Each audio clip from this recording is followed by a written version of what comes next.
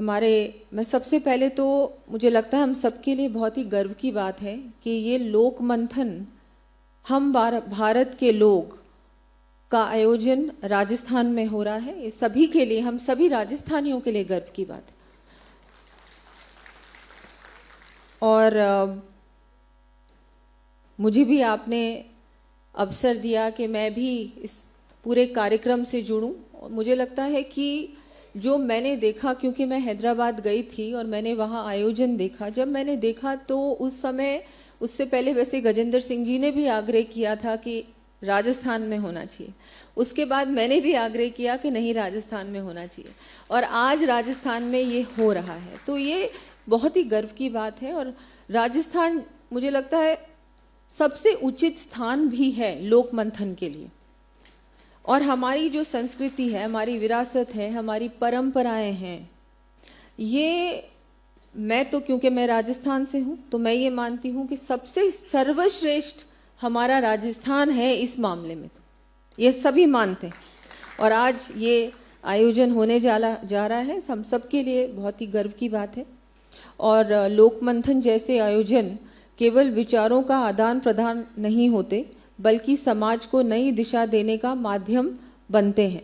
स्थानीय प्रतिभाओं को आधुनिक वैज्ञानिक आधार से जोड़ते हैं। जब विद्वान, युवा, शिक्षक, कलाकार और समाज के विभिन्न वर्ग एक मंच पर भारतीय संस्कृति, संस्कार और परंपराओं पर मंथन करते हैं, तो नए विचार, नए समाधान और नए संकल्प जन्म लेते हैं।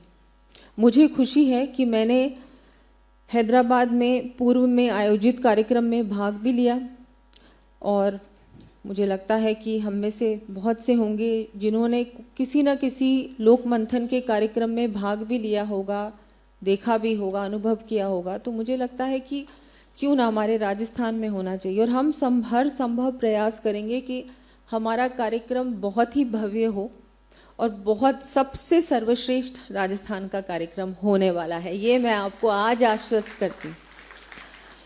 भारत केवल एक देश नहीं, बल्कि हजारों वर्षों से चली आ रही संस्कृति, संस्कार और परंपराओं की जीवंत धरोहर है। हमारी पहचान, भाषा, परिवार व्यवस्था, गुरु शिष्य परंपरा, योग, आयुर्वेद, त्योहारों और वासुदेव कुटुंबकम, अतिथि देवो भव आदि हमारी, मुझे लगता है कि हमारी पहचान है हमारे भारत की। आज जब दुनिया तनाव, पर्यावरण संकट, सामाजिक बिखराव जैसी चुनौतियों से जूझ रहा है, ऐसे समय में भारतीय जीवन दर्शन समाधान प्रस्तुत करता है। हमारे माननीय प्रधानमंत्री श्री नरेंद्र मोदी जी के नेतृत्व में भारतीय संस्कृति के संरक्षण और संवर्धन के लिए अनेक कार्य किए जा रहे हैं।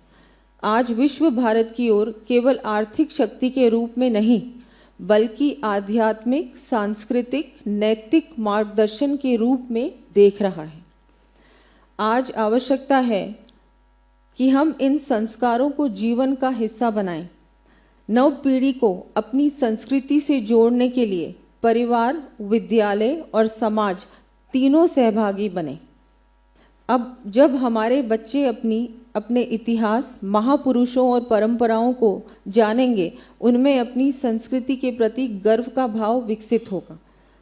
तो मैं तो यही कहूँगी कि ये बहुत ही, हम सभी के लिए फिर से कहना चाहूँगी, सौभाग्य की बात है। और माननीय मुख्यमंत्री जी का भी आभार व्यक्त करूँगी कि उन्होंने भी इसमें पूर्ण रूप से हमको सबको ये निर्देश दिए हैं कि सबको इसमें लगना है और बहुत भव्य कार्यक्रम करना है।